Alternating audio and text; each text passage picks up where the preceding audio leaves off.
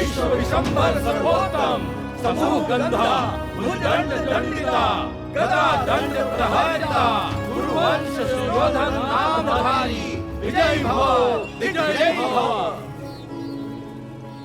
अनुज भीम, हाँ अंग्रज। गुरु सार्वभौम के माया सभा अतिथि गृह में ले जा। जाओ ना क्या, आइए।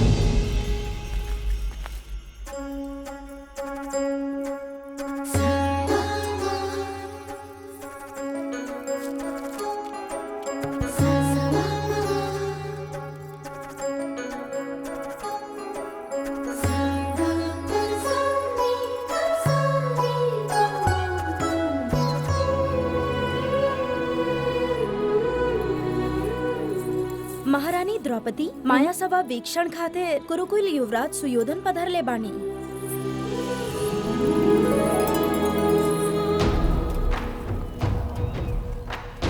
सुयोधन, अंदर प्रवेश करा।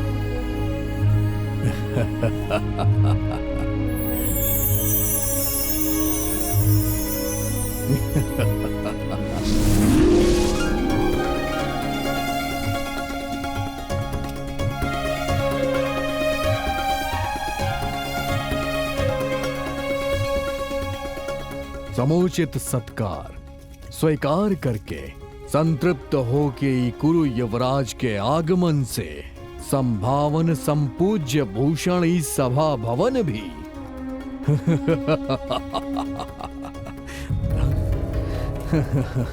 अद्भुत अकुंठित निर्माण चतुराई से करे वाला ए माया ब्रह्मा, इस शिल्प चातुर्य नाता ब्रह्मा जी के हा ना ही विश्व ब्रह्मा जी के ना ना, किंतु पांडव हत्यारन की भव्य भवन कैसे मिल गए? हमनी जैसन राजा के अपमान हाई असहनीय बा। हमके पहले यहां से बाहर तो निकली।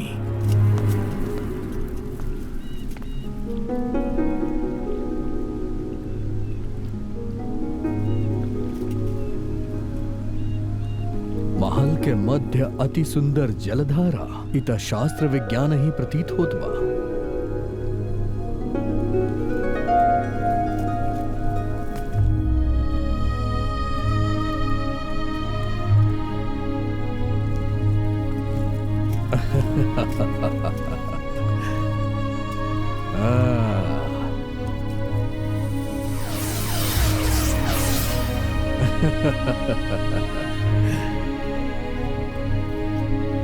अद्भुत।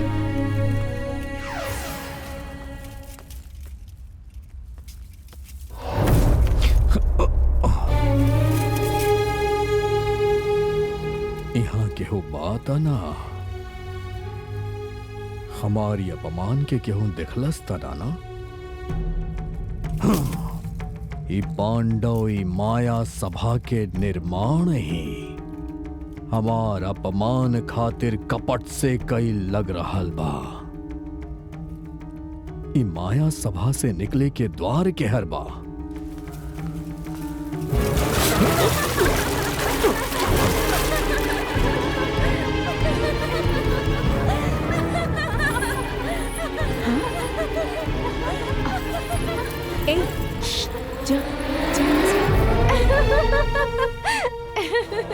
अंधा के बेटा अंधा।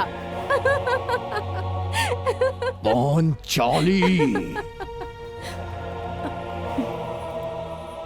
अंधा के बेटा अंधा।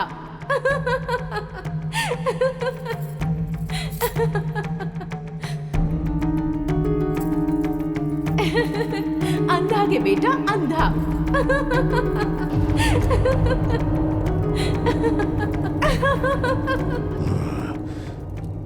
पांचाली, 5 पति वाली,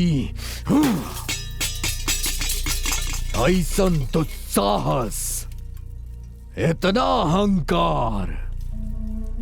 ज्येष्ठ भ्राता बानी हम पांडव के, हमरा साथे परिहास।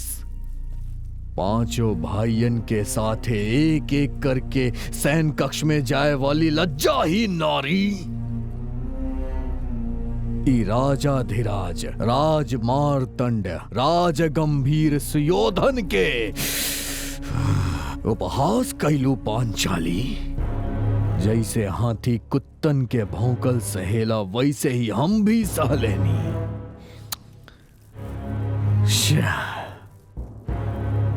जितना विस्मरण करे की कोशिश करतानी, जितना संयम बरती, वो नारी के उन्नत अट्टहास के ध्वनि हमार कर्ण पटल पे दहाड़ मार के चीर रहल बा। अगणित अगम्य गोचर अद्वितीय राज की योजना के सुलभता से हल करे वाला ही धुरंधर युवराज आमंत्रित होत ही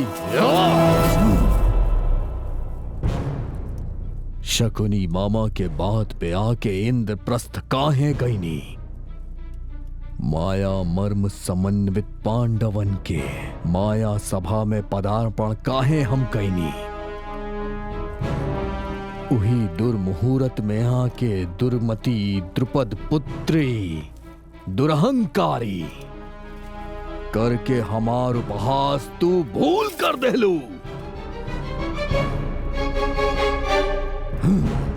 हम सह ना सकेली, ना सह सकेली। 4 समुद्र सतह के धरणी पालक के अब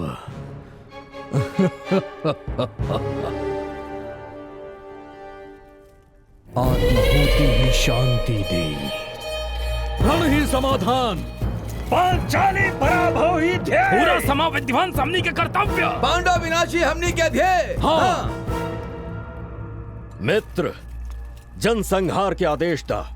विलय तांडव मचा के पांडवन के शीश धड़ से उतार के पांचाली के घसीट के आपके चरण के दासी बना दे। ऐसे भांजा के भइल सघन अपमान के आग बुझ जाई। एकरे अंदर दहकत प्रतिशोध के ज्वाला का ठंडा हो जाई। वो पांचाली के कईल अपमान आकाश जैसन, ओकरे प्रति अग्नि में जौन कहत अड़ा तू अनुसा। ब्रह्मांड में आज केहू न कैले अपमान। ई पतिव्रता के करब भांजे, ओकरे पाप कार्य के हम ई पुण्य पासा से प्रतिशोध ले। द्यूत के बहाना पांडवन के हस्तिनापुर आवे के न्योता दे। एकरे बाद चले वाले विलय विलास में तू सबके स्वर्ण पटल पे दिखाई पितृदेवो भवः। हस्तिनापुर के महासभा गुरुकुल स्थान में भीष्म पितामह और गुरु द्रोणाचार्य के समक्ष पांडु कुमार के 5 पुत्र गुरु युवराज सुयोधन के साथ द्यूत क्रीड़ा में भाग लिए हैं। कौरव के पक्ष से शकुनी और पांडव के पक्ष से धर्मराज प्रतिनिधित्व करी है।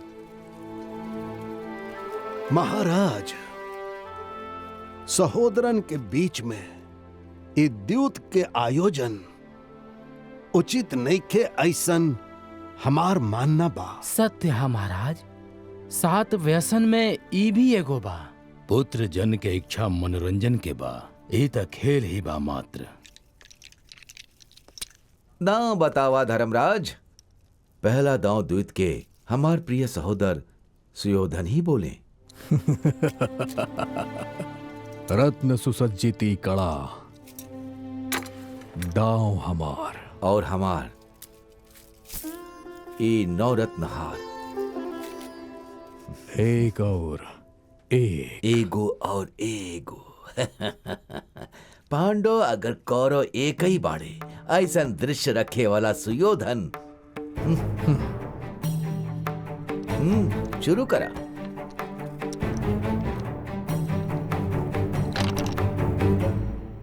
उत्तम, जीत भइल धर्मराज के।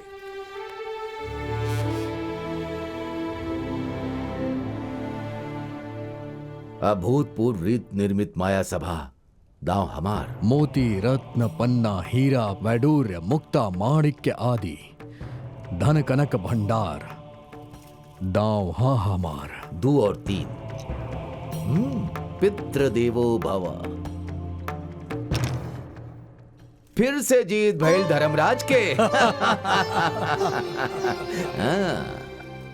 हमरा द्वारा संचालित अखंड साम्राज्य हमार दांव, तोहार शासित इंद्रप्रस्थ तहार दांव। ठीक बा ना? ठीक बा। 3 और 3। जीत हमनी के भाई। तोहार राज अब हमनी के भाई। तोहार राज अब हमनी के भाई। तोहार राज अब हमनी के भाई। तोहार राज अब हमनी के भाई। तहरा से जीतल इंद्रप्रस्थ अब हमार दांव। इंद्रप्रस्थ सार्वभौम ई व्यंग्य काहे? अब दांव में लगावे खातिर त खाली 5 भाई ही बाड़े बचल। महाबली महायोद्धा, निरंतर भ्रात सेवा में तैयार, विनयशील भीम, अर्जुन, नकुल और सहदेव, दांव हमार।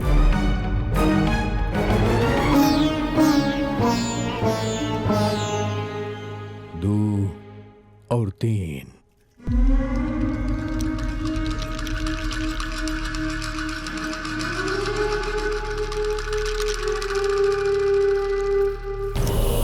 पितृदेवो भव। जीत भइल सुयोधन के। जीत हमनी के भाई। जीत हमनी के भाई। जीत हमनी के भाई। जीत हमनी के भाई। हमार माता की अवहेलना करे वाला ई भीमसेन अब से हमार दास बा।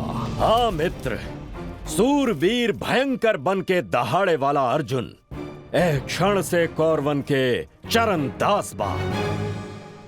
धर्मराज, बोला तोहार अगला दांव, खुद के हम दांव पे लगावतानी।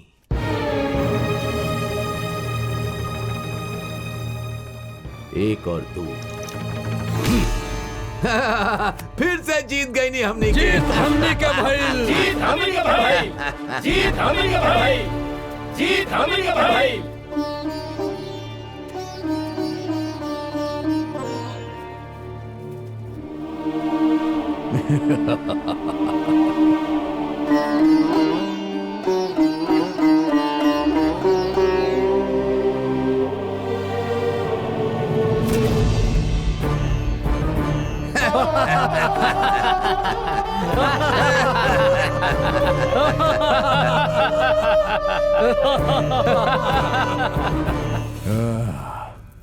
उठल सर अभिमानी के अब शर्म से नीचे गड़ल बा। धर्मराज, तोहरा लगे जीते के एगो मौका और बा।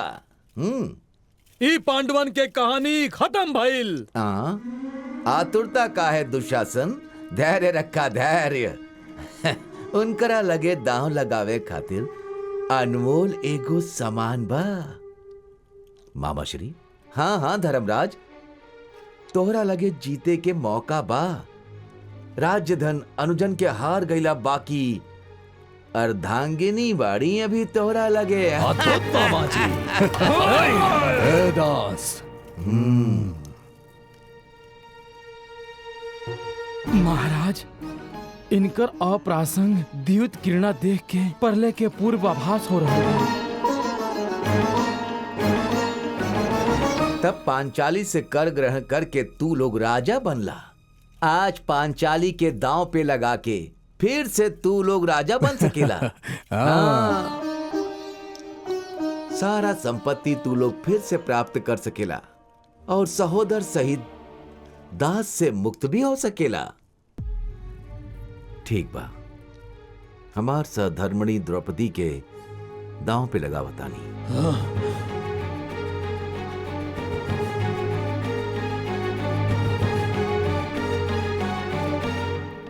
3 और 3।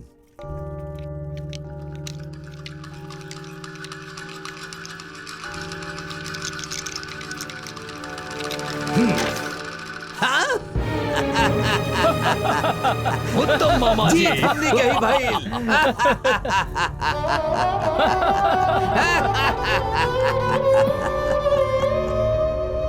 जय जय सुयोधन। उत्तम मामा उत्तम।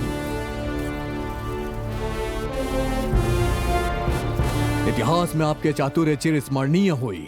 वचन पूर्ण करे के संपूर्ण श्रेय आपके। पितृदेवो भव। अंधा के बेटा अंधा। पांचाली 5 पति वाली प्रतिगामी जी युवराज। घमंडी पांचाली के इस सभा में जौन आज्ञा युवराज।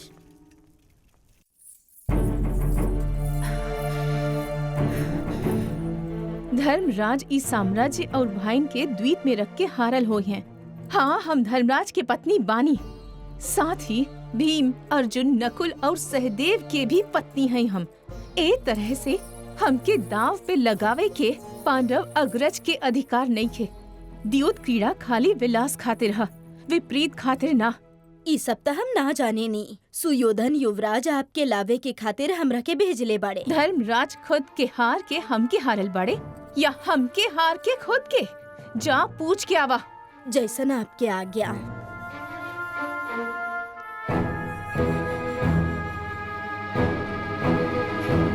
दुशासन केश खींच के लावा होकर ऐसन गुरुकुल में भी ना सिखावल गईल होई पाठ होके। इस सुयोधन सिखाइयो के। सुयोधन अग्नि गर्भ संजातु परम पावनी द्रौपदी के ऐसे खींच के लाइल अधर्म हा। प्रतिकार खातिर महासाध्वी के ऐसा अपमान कइल न्यायोचित नइखे सुयोधन। गुरुवर और कुरुवर, काहा अन्याय और काहा अधर्म? हमरा मित्र सुयोधन के जीतल या धर्मराज के पत्नी के दांव पे लगा के हार गई? काहा? उत्तम, अति उत्तम मित्र। कर्ण पटल में छिद्र हो जाए वाला प्रश्न कैले बाड़ा। धर्म अधर्म के संदर्भ में अज्ञानी बानी हम। ई सब के अभिप्राय हा। गुरुदेव, उचित अनुचित के ज्ञान रहे हमरा के, यही खातिर स्वयं ना खेलनी, मामा श्री के खिलैनी। ई आपके ज्ञात ना भइल का? पितामह सहोदर सहपत्नी के लगा देले दांव पे और हार गईले ओकरा। ऐसन इतिहास में कबो भइल बा का? ई अधर्म हा। तब आपके ज्ञात ना भइल। कैसे पता चली इनका क्या अग्रज? इस सब हमनी के पक्ष के तो बाड़े, लेकिन इनका पक्षपात बुद्धि दाऊद पांडवन के पक्ष के हा। इनके बुद्धि के विध्वंस होके के दृश्य दिखावा तानी इनके। दुशासन, ओ पांचाली के केश पकड़ के खींच लावा यहाँ।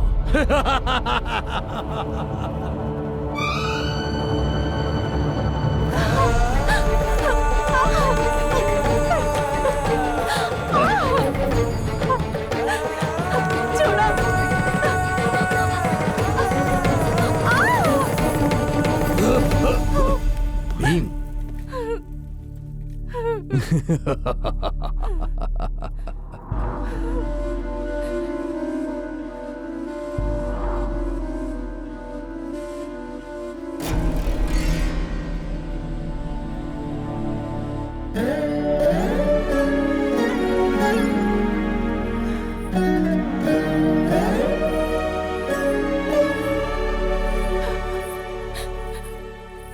काहे सब लोग मौन बाड़ा?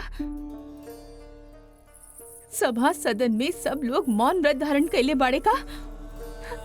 कुरुश्रेष्ठ जन, विद्वान जन, विज्ञानी लोग, वेद वेदांत विद्या पारंगत, बल पराक्रम संपन्न सब सभा में ए तरह नारी के हो रहल शोषण देख के भी चुपचाप शीश झुकाए बैठल बाड़ा। काहे?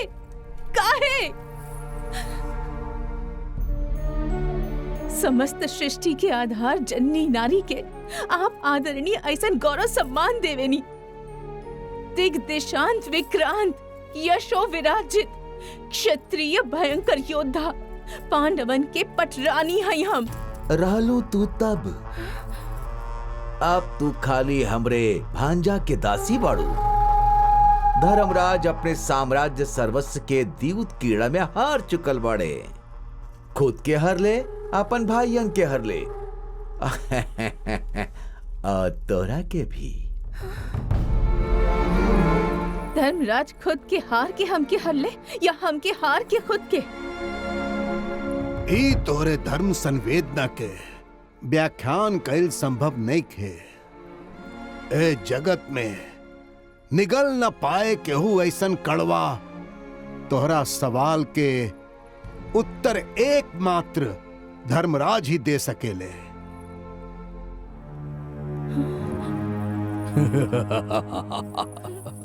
उत्तर चाही पांचाली धर्मराज से। ना ना ना, पांचों पति तोहार शर्म से सर झुका के बैठल बाड़े। देखा इनकरा के ई माया द्यूत यहाँ विराजित धर्मिष्ठन के एकर संज्ञान बा। देख ले लो पांचाली, ओ दिन माया सभा में हमके अंधा के बेटा कह के अंधा कह के खिलखिला के हंसत रहलू न। आज ही महासभा में सारा सभा जनतहरा के देख के ठहाका लगावता रे। ई क्षण खातिर अति व्याकुल रहनी हम।